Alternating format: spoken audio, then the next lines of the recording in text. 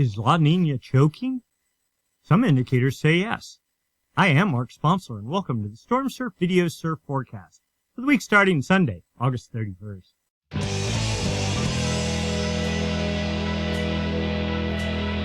Stormsurf, waves, weather, buoys, altimetry, snow, temperatures, El Nino, weather analysis, essential data for outdoor people, all the time, no hype.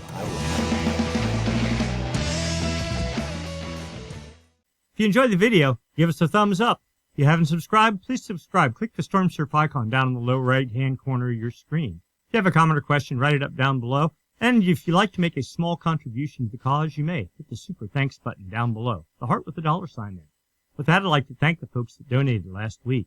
Mont the Drifter, Tim Caston, BC Hall, Evolution Moto, Elliot Harris, East Late, and then some larger contributions from SW23831, and of course, our friend Jake Marlowe. With that, let's get to work. We'll start by looking at significant wave heights around the planet. We'll start in the North Pacific. There is actually some very minor activity up here suggesting maybe the beginnings of a fall pattern. Nothing that's really meaningful. There is some swell, very small swell on the way to the north shore of Oahu. We'll get into that in a minute. But right now, at least there's some hope. Southern Hemi, though, still doing pretty good. Various areas of fetch with seas in the 22, 23-foot range, and more forecast with higher seas. In the North Atlantic, things pretty good. 18-foot seas off of Ireland and France, and more behind that. Interesting tropical pattern where most of the activity goes up off the U.S. East Coast, doesn't even really get fully turning tropical, but then starts blowing up as it hits the jet stream, pushing into Europe. Same sort of thing that's going on over here, suggesting this recurving gale pattern and the beginnings of fall. In the South Atlantic, gale with 20-foot seas, nothing too special for the South Atlantic. But in the Indian Ocean, 25, 26-foot seas, and more behind that, providing swell pushing up into Bali and southwest Australia. So, all in all, an interesting pattern for late in the summer, but not quite officially early in the fall yet. But first up, let's take a look at current conditions. The usual deal, we're going to start up in the Pacific Northwest, the Grays Harbor buoy number 036 there, off the border between Oregon and Washington. We're looking at all of the energy that's hitting this buoy all the way up from 33.3 second period. That'd be very strong swell the whole way down to 5-second period. That's just pure wind chop and pretty much not even rideable. We see a tiny little bump in the 15 to 16 second period range. That's southern hemi swell. Then some local wind swell in the 9.1 second range, but nothing the whole way across is even at 1 foot in any period band. Choose an algorithm, put it all together. Primary swell 1 feet at 16 seconds from 231 degrees, theoretically making surf at about 1.5 foot. And then we have our secondary swell 1.6 feet at 9.5 seconds from the west, 288 degrees, also making surf about 1.5 foot. So all in all, pretty quiet pattern up north. Heading down to central northern California, if the well, Point Reyes buoy still down, so we're using the Point Sur buoy 157 there off of South Monterey Bay. Same sort of profile, but much more energy spread out between, I'll say 14 seconds up to maybe 20 seconds, and a little bit of wind swell in the mix. Primary swell 2.1 feet at 16.2 seconds from 203 degrees, making surf at 3.5 feet. The secondary swell 2.2 feet at 12.4 seconds from 179 degrees. That's leftover southern hemi swell. Also making surf 2.7 feet at very exposed South Basin breaks. Then we head down to Southern California, the Point Loma South buoy 191 there off of San Diego. A clear indication of southern hemi swell here with period somewhere, probably max period about 17 seconds, something like that, and really no other swell in the water. Primary swell 2.4 feet at 16.6 seconds from 186 degrees, making surf at nearly 4 feet. And secondary swell 1.3 feet at 12.8 seconds from 193 degrees, making surf at 1.7 feet. So, southern hemi swell is hitting and is working its way up into northern California as well. Off to the south shore of Oahu, we're using the Lanai buoy, buoy number 239. Now we have much less energy here, but still some energy in the 14 to 13 second period range, and little bits of sideband energy out, a third of a foot at 20 seconds sort of thing. Some wind swell in the mix. Primary swell 1.7 feet at 13.6 seconds from 176 degrees, making surf at 2.3 feet. And that seems about right. I mean, there was probably maybe some waste at chest-high peaks, top spots in the South Shore. Then some wind swell in the mix, 1.8 feet at 10 seconds from 171 degrees from 1.8 feet. Also of note, the Pawella buoy over on the North Shore of Lanai is back up just in time for, well, I wouldn't call it the real start of fall, but at least they've got it online. That's good news. And I'm hoping that is good news for the Point Reyes buoy off of San Francisco as well in the long term. All right, what's been going on for the past week? We're going to start here in the North Pacific. Last week's video on 12Z Sunday, the 24th of August, we'll just put this into motion. The significant wave heights, we're just looking for any sort of activity. You do see a tropical low that's set up here off of Baja on Wednesday, the 27th of August. But of more interest, our first semi kind of gale-ish thing off the North Kuril Islands right here. That's Kamchatka there, Japan down here. Producing seas in the, there we go, 21.7 feet, the highest seas right here over this entire domain. You can confirm the coordinates and wind speeds, 40 knot winds. That's all about right. So, and that continued with seas building to 22 feet late on Thursday, the 28th of August, and then faded from there. Never even really made it to the North Dateline region. And then another little gale has set up on, let's go back, actually. It was sometime on Friday. There we go. Most of the fetch was due north, aimed at Hawaii. Seas 16, maybe 17 feet here. That is set up swell that is pushing south towards north-facing shores of the Hawaiian Islands. We're talking barely rideable surf, but something, and that gets us to current time. Then we go to the South Pacific, and we're going the whole way back to Wednesday evening, the 20th of August. The reason I say that is because swell from this system is starting to hit northern and southern California. That's what's making that bump of energy out at 17 seconds. It started with a gale. I'll call it south of the Tasman Sea with 35-foot seas. Kind of faded. Pushed north of the ice anomaly with 26-foot seas on Thursday. Then it kind of redeveloped with seas at 26 feet. Building to 27 feet, again hanging in the 26, 27-foot range into Saturday. And then some, I think that was about it. Yeah, that was it. And you see there was some additional energy, but all of it was aimed off to the east. So that is the system that has made the swell that's hitting now. But not to be completely underwhelmed, another system developed on Wednesday, the 27th of August, with, again, 26-foot seas. Building to 28 feet right in here, 29.1 feet. That was on Wednesday. And then Thursday, it redeveloped again with 31-foot seas. The San Diego cutoff is over here somewhere. So it got to about 32 feet in both the North and Southern California swell window before it pretty much pushed east of there. But if 118 is here and you have 35-foot seas, some additional energy in the, I'll call it the Southern California swell window before it finally faded out Friday night. We'll run this on out to where we are right now. Sunday 12Z, and that's it. Then going back a week to Sunday the 24th of August, the extratropical remnants of Hurricane Aaron produced 43.6-foot seas off of Europe.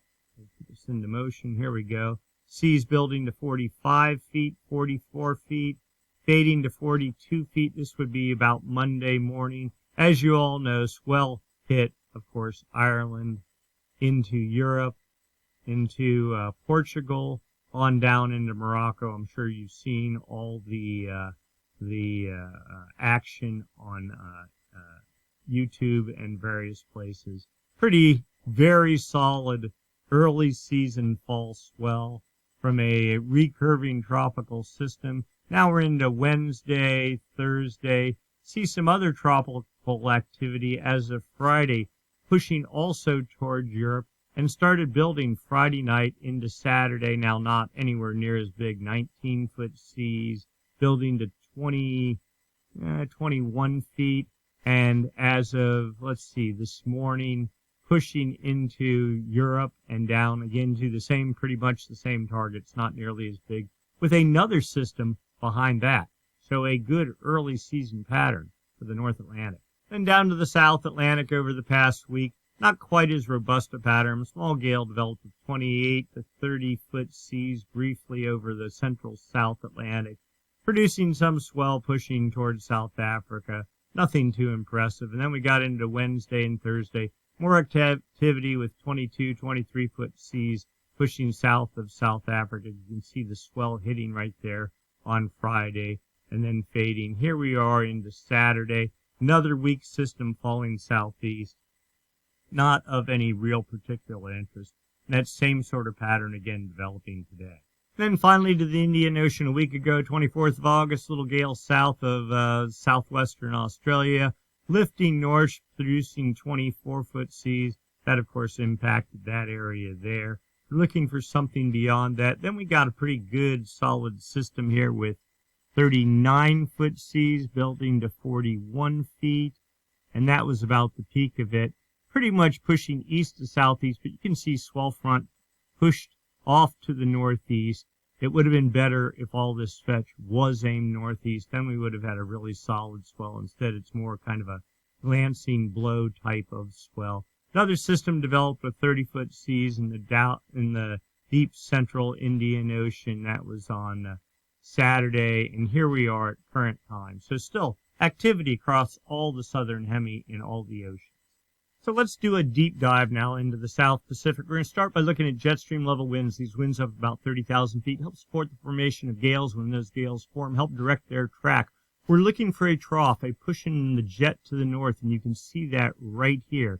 In fact, the northern branch, and there's the southern branch. The southern branch is almost joined completely with the northern branch. They have consolidated winds at 180, maybe even 190 knots, just barely. What that helps do is create a clockwise circulation in the trough right there. And that is the hallmark of low pressure. And of course, low pressure, if it's strong enough, generates winds down at the ocean surface. Those winds get traction on the ocean surface, generate seas. As those seas radiate north away from the fetch area, the lesser period elements, because they don't have a lot of energy, decay away. But the longer period elements, specifically those 16-second periods and more, start making the journey to the north and can survive pretty well intact the whole way up into the northern hemisphere. It all starts with a trough, and we have one right now as of Sunday. So we move into Monday. That trough continues, pushing off to the east, and then starting to fade. Another little reinforcing blob of energy sets up off of New Zealand, lifting north on Tuesday, but not nearly as much wind. But there is maybe some hope there. Now you see here in the east, the southern branch of the jet stream just crashing south into Antarctica. You get this big split, you get high pressure in between there. That does nothing to support gale development. So then we move on out, and then you see the jet just pretty much falling south as we get later into Thursday, the 4th of September. That is a ridge, again, with that split jet stream pattern, high pressure and control. No support for gale development. There was something showing up, and you see a trough here building on Saturday, south of New Zealand. We'll see what the models say about that. I mean, this looks reasonably decent to support gale formation. So there is still some hope for the southern hemi, and more wind is supposed to be building with up to 130 knots as we get later into, or early Monday, let's say the 8th of September. The jet stream is the foundation, but it takes winds actually blowing on the ocean surface to generate seas and to impart energy to the ocean. So let's go look at surface level pressure, surface level winds. Here we go. You see a little gale here off the northern tip of New Zealand producing 35 to 40 knot winds. 40 knots is pretty much the minimum threshold. We see 40 knot winds here, but they're all aimed south. Another area of 35 knot winds, but that's east of the Southern California swell window. We put this into motion. As we get into Sunday night, we have 50 knot winds out of the south, aimed way to the north, and this is up at like 39 south, so versus being down here at 59 south, that would be another 20 degrees further south. That'd be 1,200 nautical miles, so that cuts off 1,200 nautical miles from the journey up to Hawaii and to the U.S. West Coast. So some potential for swell generation there. That continues into Mondays, the 1st of September, still with 45 knot southwest winds, and then finally fading out as we get into Tuesday. Another little low behind that with maybe 40 knot winds, not very large, not very strong. Not expecting a whole lot from that.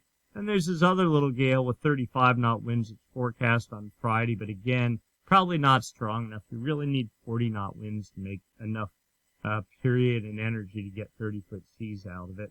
Another little system here on Saturday. It's trying, but just can't quite get it together. And now here we are out 180 hours. We know there's a trough over here, but winds, it's sort of all fragmented. One low, and probably another one there. Complex low, I won't even call it a gale, and winds just nowhere near strong enough.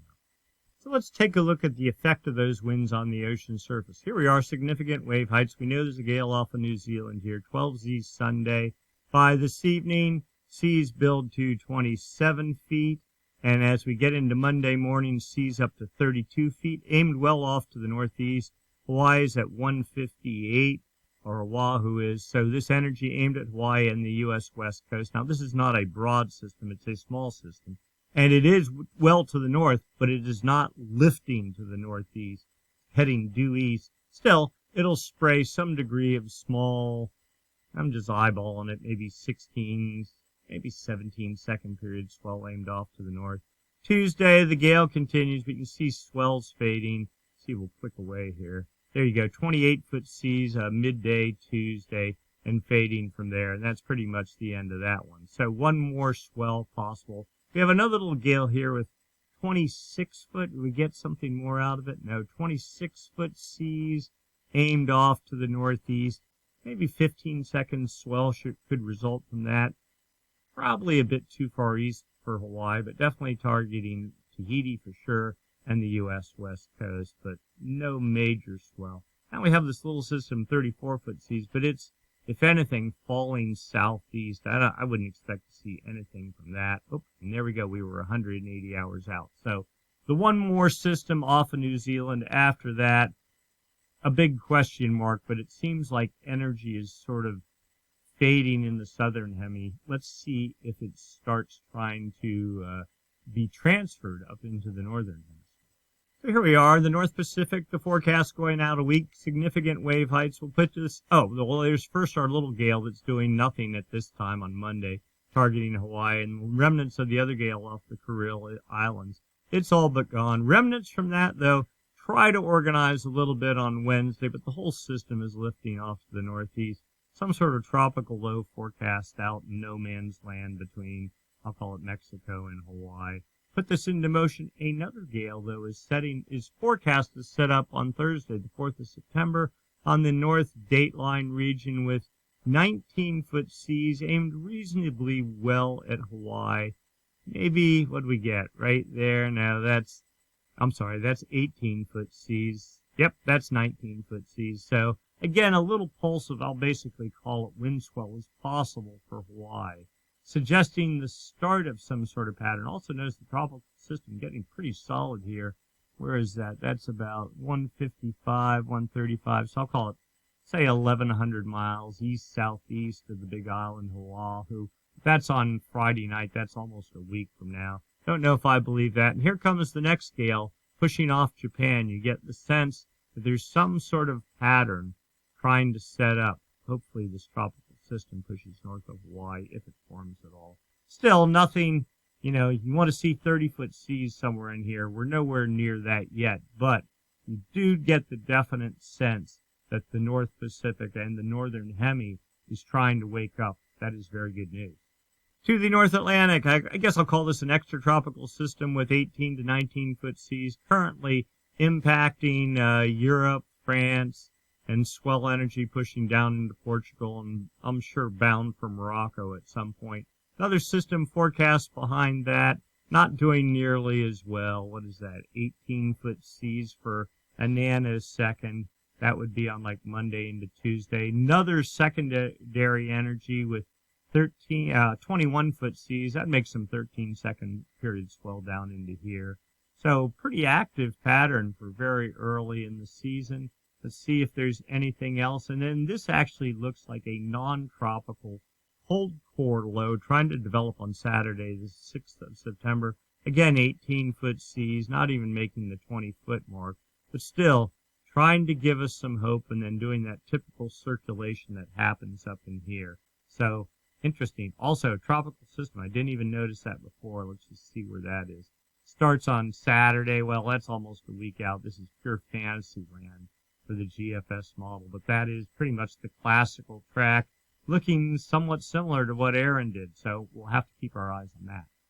To the South Atlantic, the forecast for the next week, we're looking for some decent seas. Oh, there's 25-foot seas south of South Africa, building to 28 feet, but east of South Africa. So some sort of swell energy pushing in there. Another area of the seas, 37 feet. Do we get more than that?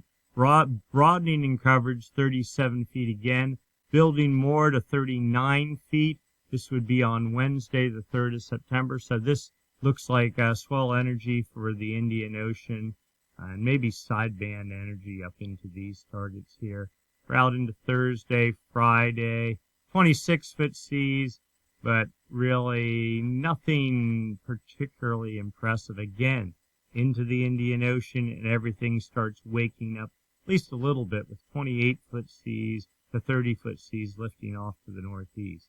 Pattern seems to be the jet kind of dipping south here and then maybe lifting and troughing over the West Indian Ocean. And then finally the forecast for significant wave heights for the Indian Ocean for the next week. Little area 20-foot seas building some sort of 13-second period swell into southwest Australia. But we know there's a progressive pattern setting up here. Small area 32-foot seas on Wednesday, but larger seas at 39 feet. Continuing at 39 feet, 39 feet. I mean, that's a good long duration of 39, almost 40-foot seas pushing off to the east.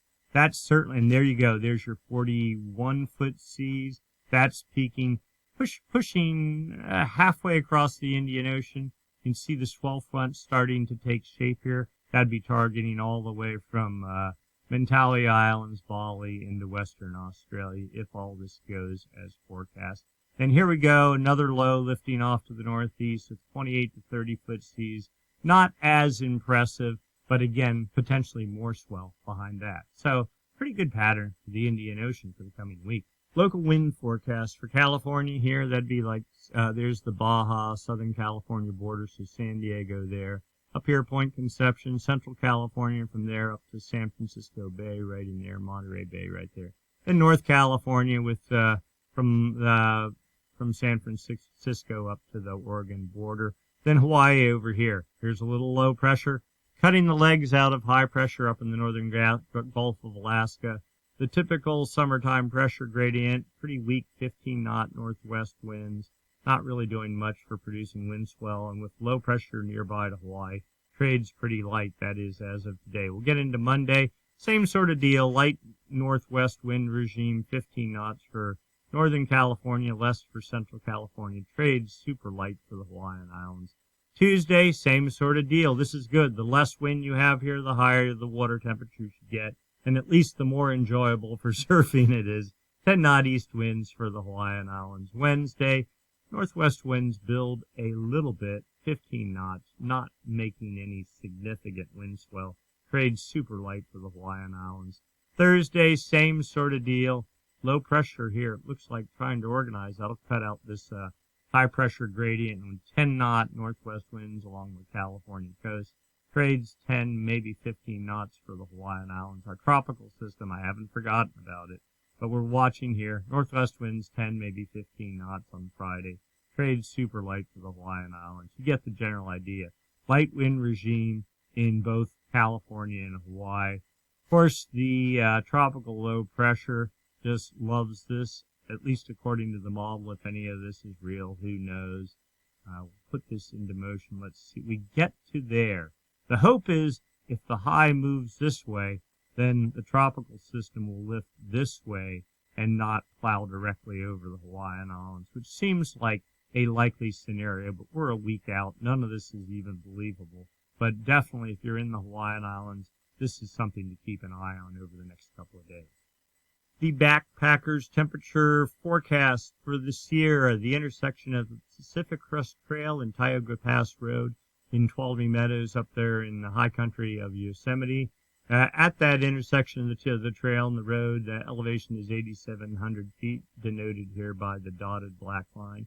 You can see what temperatures are, or this is actually a forecast, but you get the idea, 55 to 60 degrees. And you get, that's into about Tuesday, Wednesday, Thursday, and then you see a little bit of a cooling with temperatures 50 to 55 degrees. Maybe even 45 to 50 degrees as we get into next weekend. So a slow cooling trend, but you see red lines are the 32 degree, the freeze line, and it's really not changing any.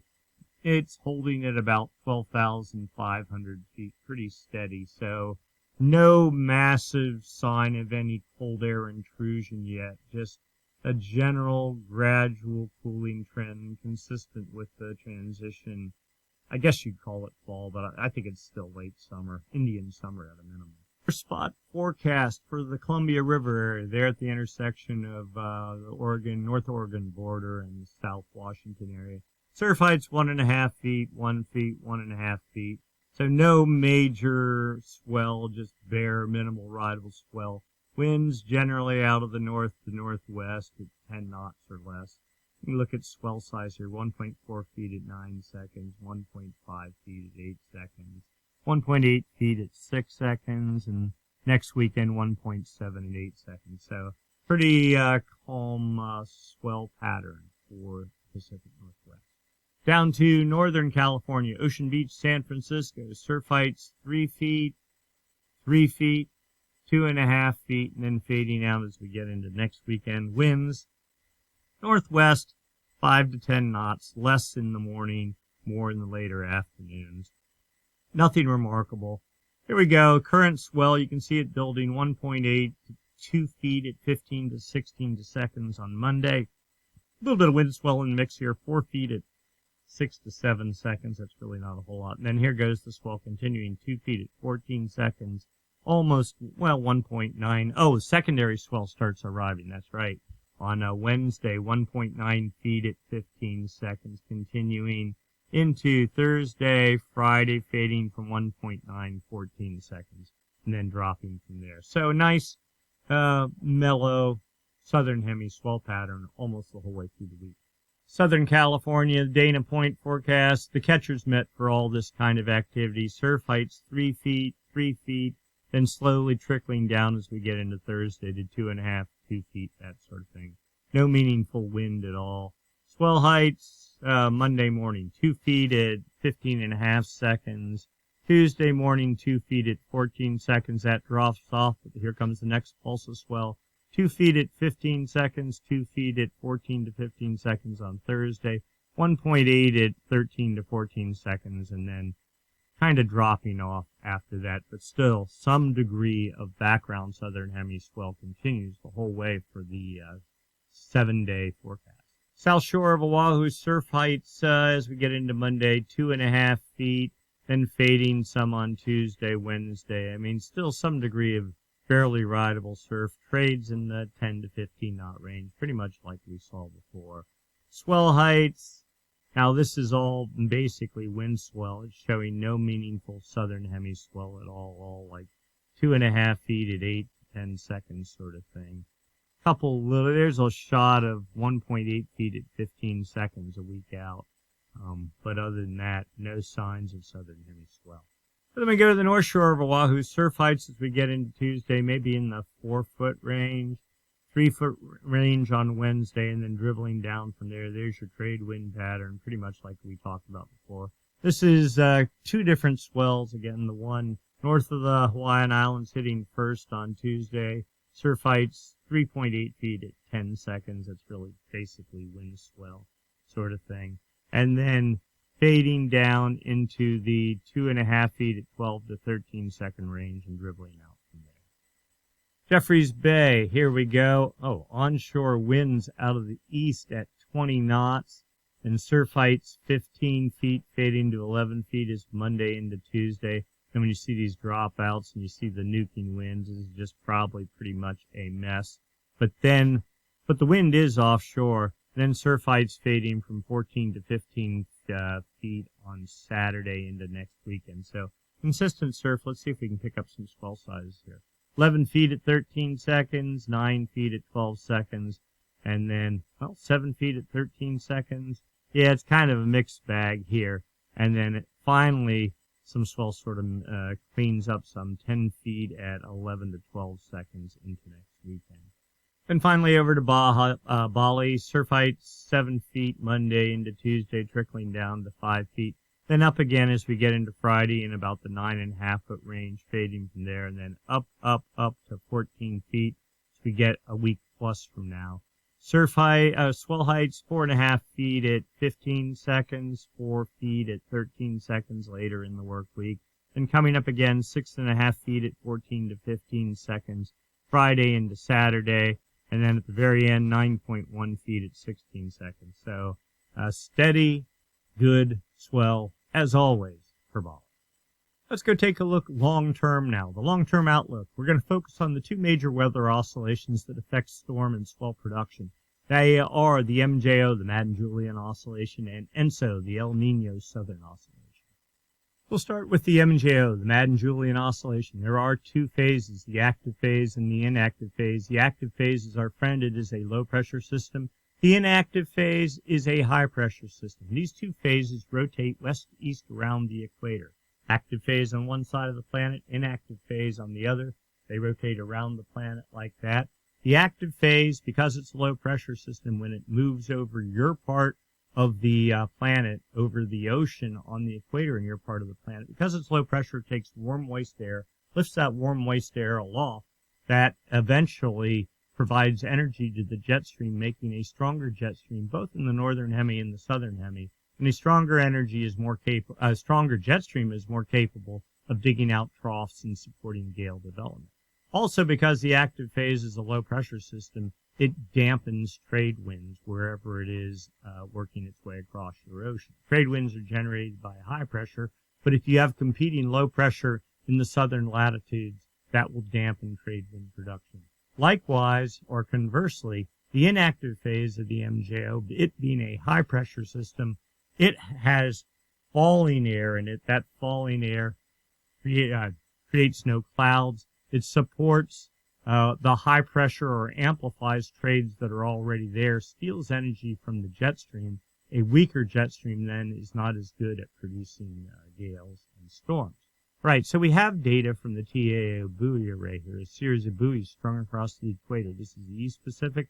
This is the West Pacific. Here's the equator right there. That is New Guinea right there. That is the date line right there. We're just looking at the arrows.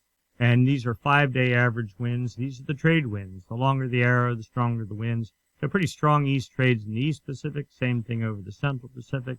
Same thing in the West Pacific.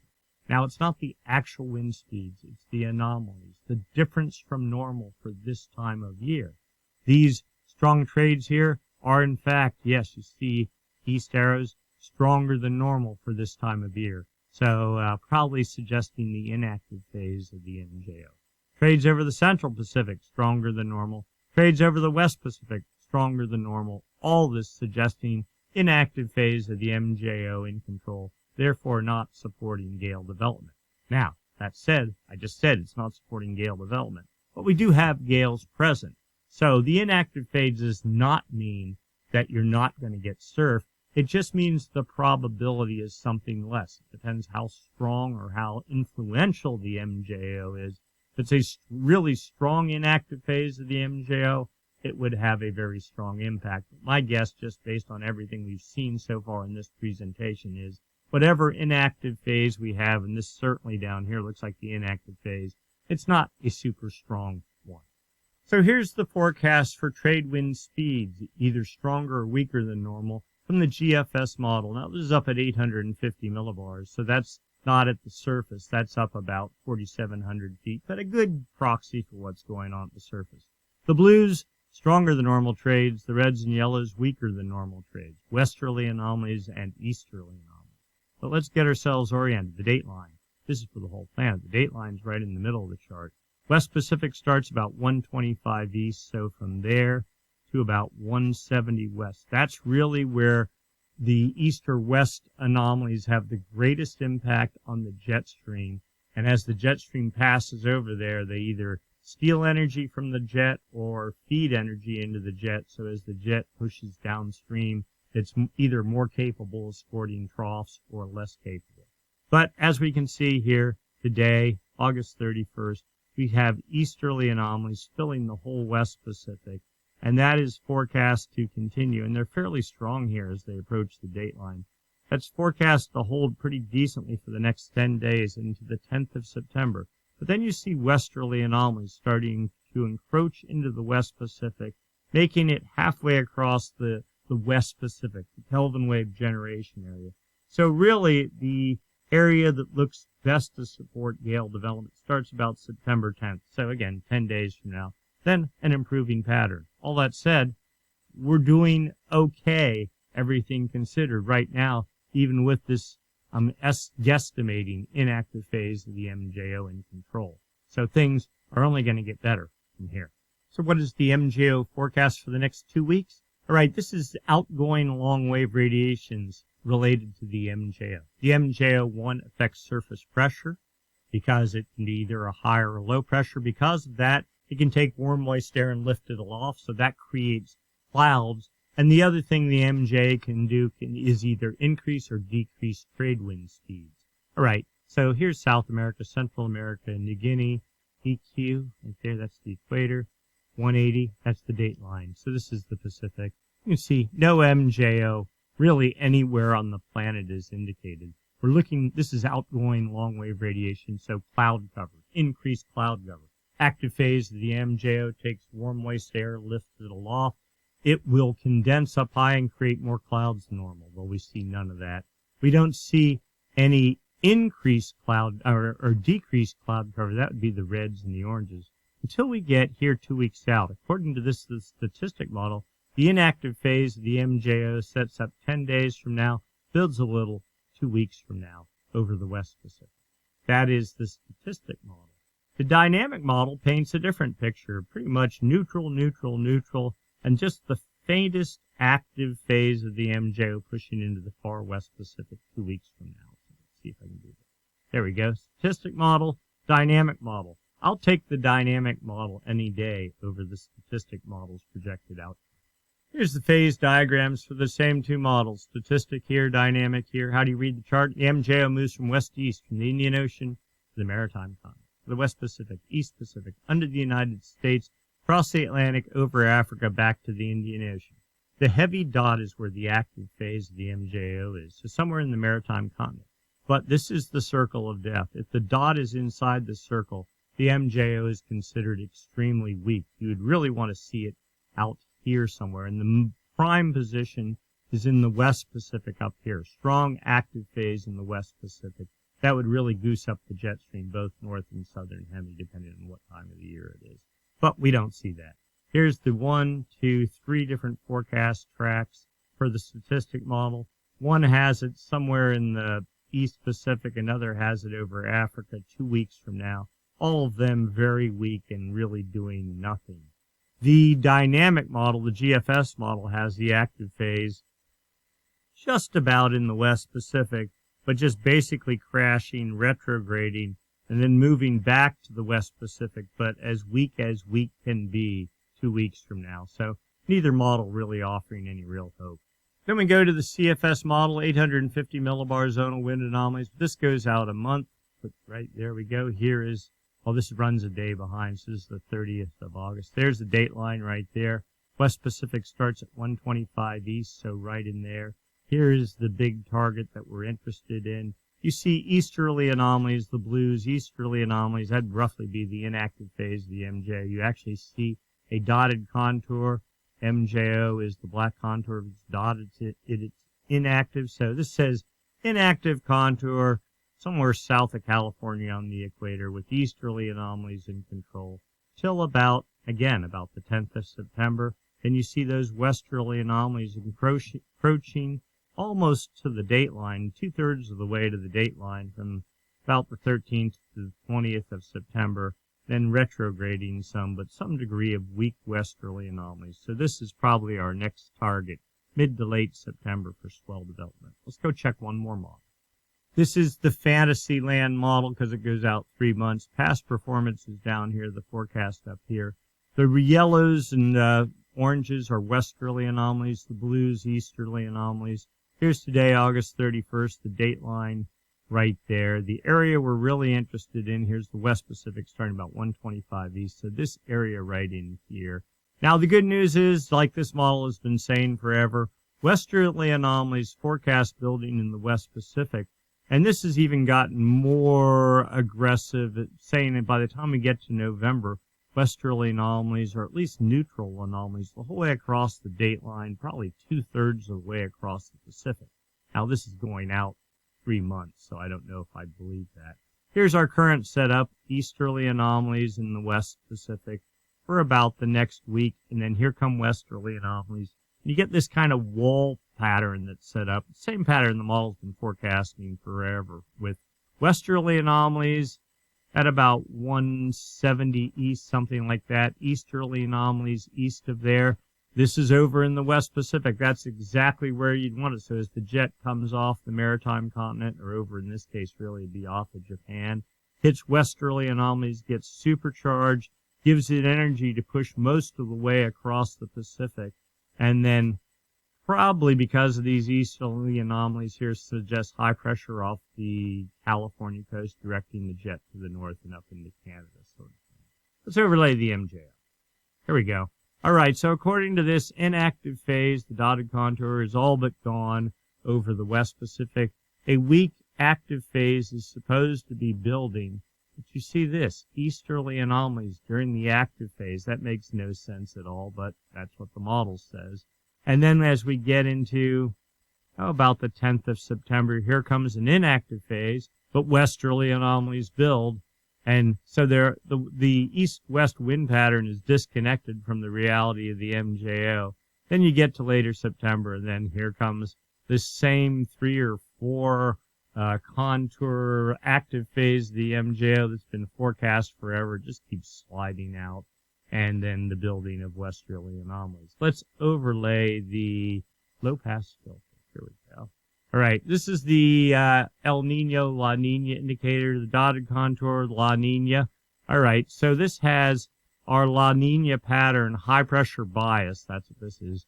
It really retracted here 2 weeks ago, but now is building over to about 170 east and forecast building with 2 contours.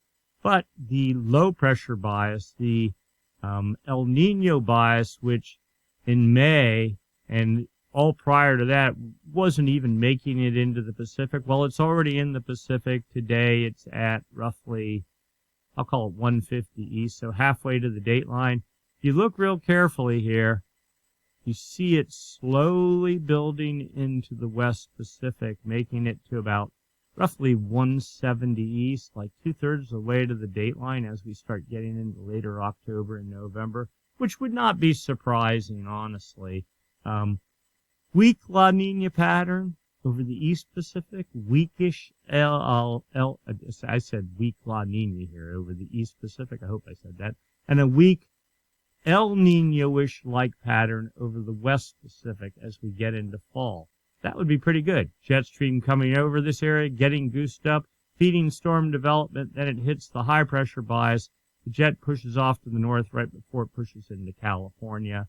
Focusing all the atmospheric river events probably up into Oregon, Washington, and British Columbia. High and dry in California, maybe an offshore wind pattern, but plenty of swell activity, theoretically, if this all plays out as forecast the whole way through winter.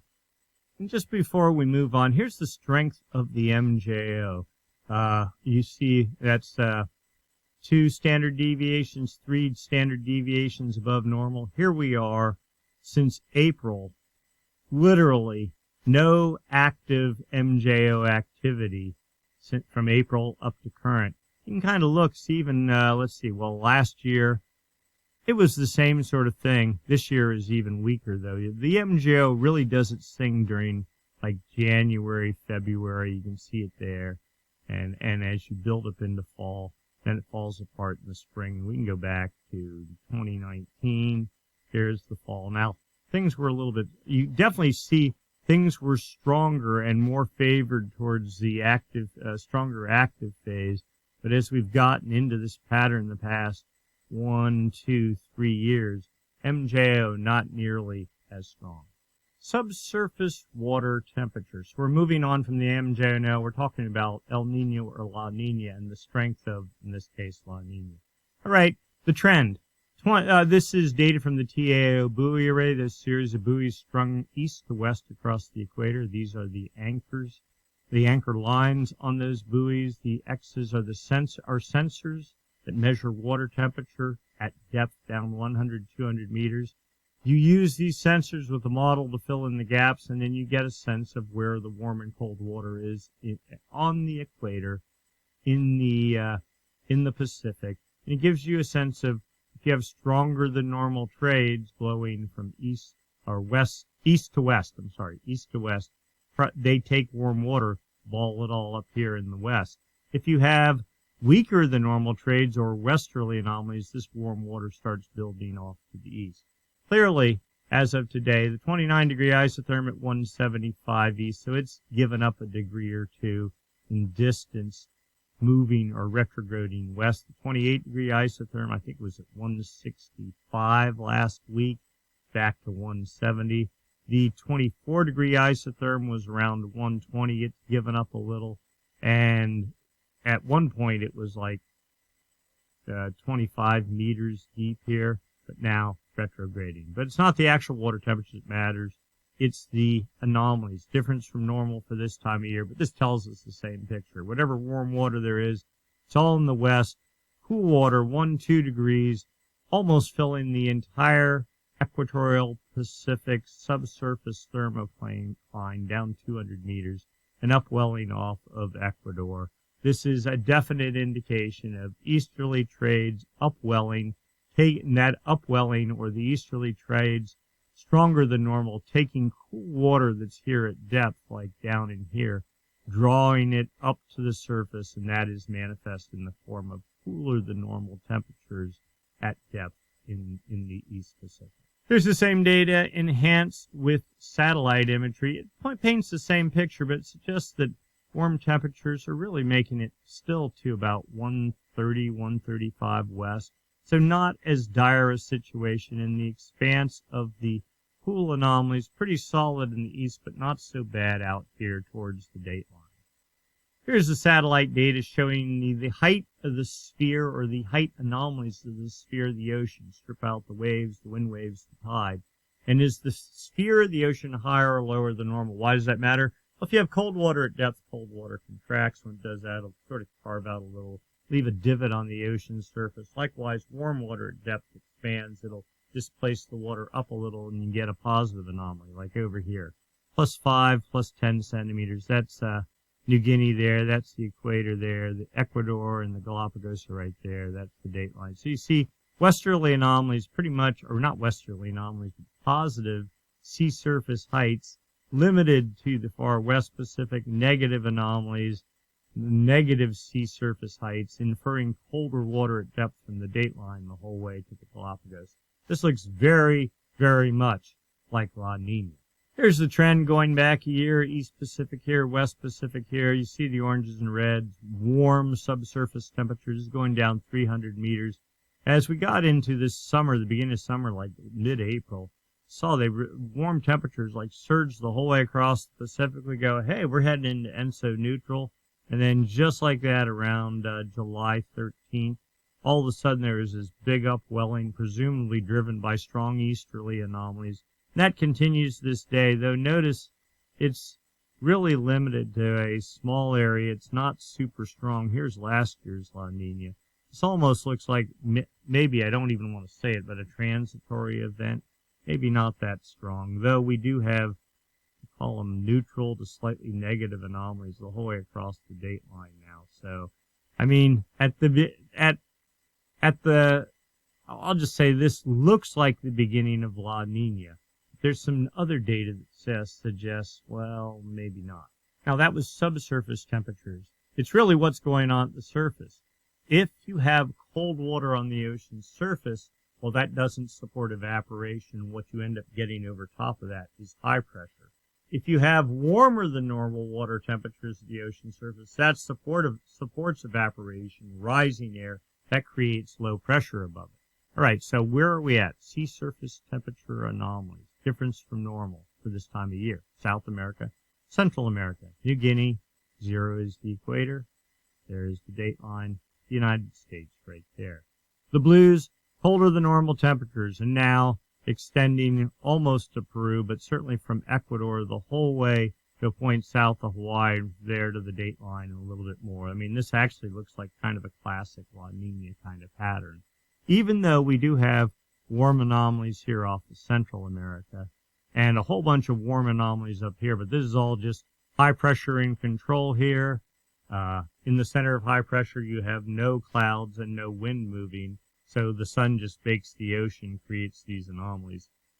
As soon as you get a storm or something through there, just like you see right here, this is where Aaron went. There's still upwelling residuals left in the track of Aaron and multiple other systems that are pushing over this area. So at some point, something will happen to this. And there is high pressure. That's the edge of high pressure right there. Those are the sort of enhanced trades pushing off of California and South Hawaii, much less than it was 2 months ago, but still present. All in all, looks like weak La Nina. Here's the sea surface temperature trend for the past 7 days. Looks pretty much no different than last week. Cooling waters from the Galapagos the whole way out to about 140 or 145 west, suggesting enhanced trades. There'd be high pressure here going, blowing like that, causing the upwelling, tapping that cool subsurface, deep subsurface water, bringing it up to the surface and, setting up higher than normal pressure above it. The alternate sea surface temperature anomaly chart, and just another way to try to filter out the global warming signal, but it's telling us the same thing. Cold water from Ecuador, there's Ecuador right there, the whole way out to, where's the dateline? There's the dateline right there, so just a little bit beyond the dateline. The official El Nino monitoring region, they call it the Nino 1.2 region. The equator is right there. 5 degrees north and south of the equator from 120 out to about 170 west, so a box right in there. The Nino 1.2 region is right in here. That'll be important in a minute. But clearly, both these regions look like they have below normal water temperature. Here is the Nino 1.2 index, or surface temperature trend. Today's value, 680 thousandths of a degree below normal. Now, let's be clear. Normal, and this really doesn't apply to the Nino 1.2 region, but I'll just do it anyway. Half a degree below to half a degree above. You can see we've been hanging at pretty much neutral forever until just the past week and a half, let's say, and then we drop below the neutral phase. But this is Nino 1.2. It's very noisy. The official El Nino monitoring region is the 3.4 region. Again, that area from 120 west out to 170 west. Today's value, 891 thousandths of a degree below normal right there. Again, normal is half a degree below, half a degree above. So we were normal more or less out to about the beginning of the second week in August. And since then, we've been heading steadily downward. No big surprise. These are the corrected sea surface temperature anomalies right here for the Nino 3.4 region. They lag a little bit. It's done once a week. The 20th of August, last value would have 0.4 of a degree below normal. So still officially neutral, just barely. But you see the trend is definitely downward. So that's one set of data. Then the other set of data is the Southern Oscillation Index. It's basically telling us, is pressure higher in the Pacific or lower? Okay, now it is kind of a lagging indicator, okay? Subsurface temperatures are the leading indicator suggesting either warm or cold water is coming our way. Then it manifests itself on the ocean surface. And then above that, the atmosphere at some point responds to that change in temperatures. But it takes the ocean being changed for 3 months before the atmosphere really wakes up and starts responding to it. I mean, because the ocean, it changes, it moves around, it does unpredictable stuff, and the atmosphere says, I'm not changing until I get a clear forcing factor or clear signal from the ocean surface that something is changing. All right, so the way we can tell whether pressure is rising or falling in the Pacific is by this thing they call the Southern Oscillation Index. It's just simply a surface pressure measured at Tahiti, surface pressure measured at Darwin, Australia. Tahiti in the central South Pacific, Darwin in the, I'll call it the maritime continent / Indian Ocean. If pressure is lower in Tahiti, the index goes negative. Okay, minus 4.61 today. Yeah, but yesterday it was plus 8, plus 19, plus 24. You get the thing. And it's pretty noisy. Let's go see where we were a month ago. Well, we're at minus 19, but you just kind of scan the data here. And it's bopping all over the place, so not very consistent. So you do a 30-day average, and that sort of takes some of the noise out. Plus 2.16. 0 is neutral. That's like nothing. Where were we a month ago? 5.54. Okay, so this I would say was the a weak inactive phase of the MJO. Then we started moving towards the active phase, and now we're coming out of it. Then the 90-day average is your El Nino, La Nina indicator. Got to be, I don't know, plus 9 or plus 10 minimum for, for La Nina, and minus 10 for El Nino. Today we're at 3.2. Where were we a month ago? 3.64. So this sort of gives you the hint. You know, we've seen what all the models say, and we kind of see this stuff going on. But the ocean at this point is going, I'm not buying any of it. I'm just hanging around neutral, or the atmosphere, and I'm waiting for the ocean to make up its mind.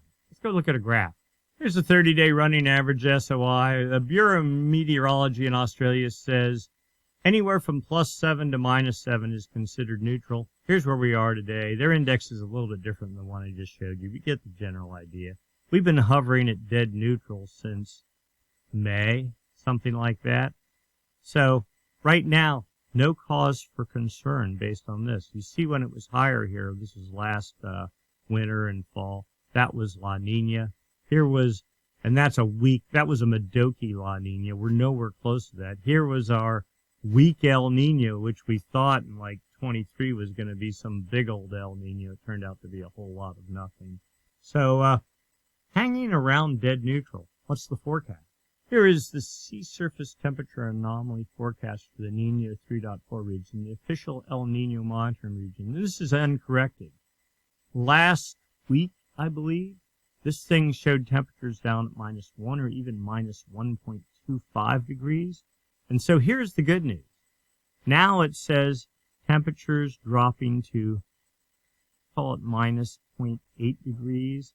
And it doesn't even leave the neutral. Again, neutral is plus half a degree to minus half a degree until mid-September. So we're really not in that range except for October, November, and December. And by January, we're back at neutral. So officially, this wouldn't even be classified as a La Nina. And this is the uncorrected data. Here is the PDF corrected data. It shows temperatures only going down to minus 0.65 or 0.7 of a degree for 1, 2, maybe 3 months. So even less of a La Nina indicated here. And that is kind of consistent with last week's consensus model run, which said not even reaching La Nina status, just hovering around a half a degree, if even that, maybe 0.4 of a degree. So whatever the CFS model seems to have, it's pretty good about picking up early indicators of what's going on. I consider it a leading indicator versus all the other models in the consensus model. And if it's all of a sudden going, oh, I made a mistake, it's not going to be as cold as I thought it was, well, to me, that is a very, very good sign. All right, so back out of the weeds, what's happening right now? Southern hemiswell hitting California is expected to be modest rideable for the next 2 days or so, and then another southern hemiswell of equal size hits on Wednesday, giving us surf mainly in California, I mean, and whatever's happening down into Central America and Peru and that area, into, well, pretty much through the work week. Then after that, things settle down. The good news is another little gale's forecast off New Zealand starting tomorrow. Take about a week to get there, so that sets up swell for the week after this week. And then all the while, the North Pacific, slowly, little bit at a time, is trying to get some momentum going, suggesting, and we've talked this before, that the North Pacific, it's going to be a late start, probably 6 weeks delayed. I'm not even thinking really any solid surf or rideable surf till, mid-October, maybe even a little bit later. That's okay. Southern Hemi swell, I'll take it. And then whatever happens in the North Pacific, we'll just keep our eyes on it. Now, the North Atlantic is a little bit more active, most of that fueled by tropical activity off of, coming out of the Cape Verde storm corridor and recurving north. Love to see some of that in the Pacific, but I don't really expect that to happen at all. So, and then long term, well, you saw what we just saw, a vastly improved La Nina forecast as we get into fall. And by the time you officially hit winter, which is like December 21st, La Nina is basically over with, and we're moving into ENSO neutral again. So, at least for the moment, cautiously optimistic view is setting up for this winter. We'll have to see how that goes. All right, that's what I have for this week. If you enjoyed the video, give us a thumbs up. If you haven't subscribed, please subscribe. Click the Stormsurf icon down in the lower right-hand corner. We're like 200 subscribers away from reaching 8,000, a whopping 8,000 subscribers, which is good considering how detailed and down in the weeds these videos are. Thank you all for hanging with us. Comments or questions, welcome. Write them up down below. We'd be happy to respond. Of course, if you would like to leave a small contribution to help the cause, you may hit the super thanks button down below, the heart with the $sign in it. With that, we are done for this week. We will do it again next week, same time, same channel. Thanks so much for watching.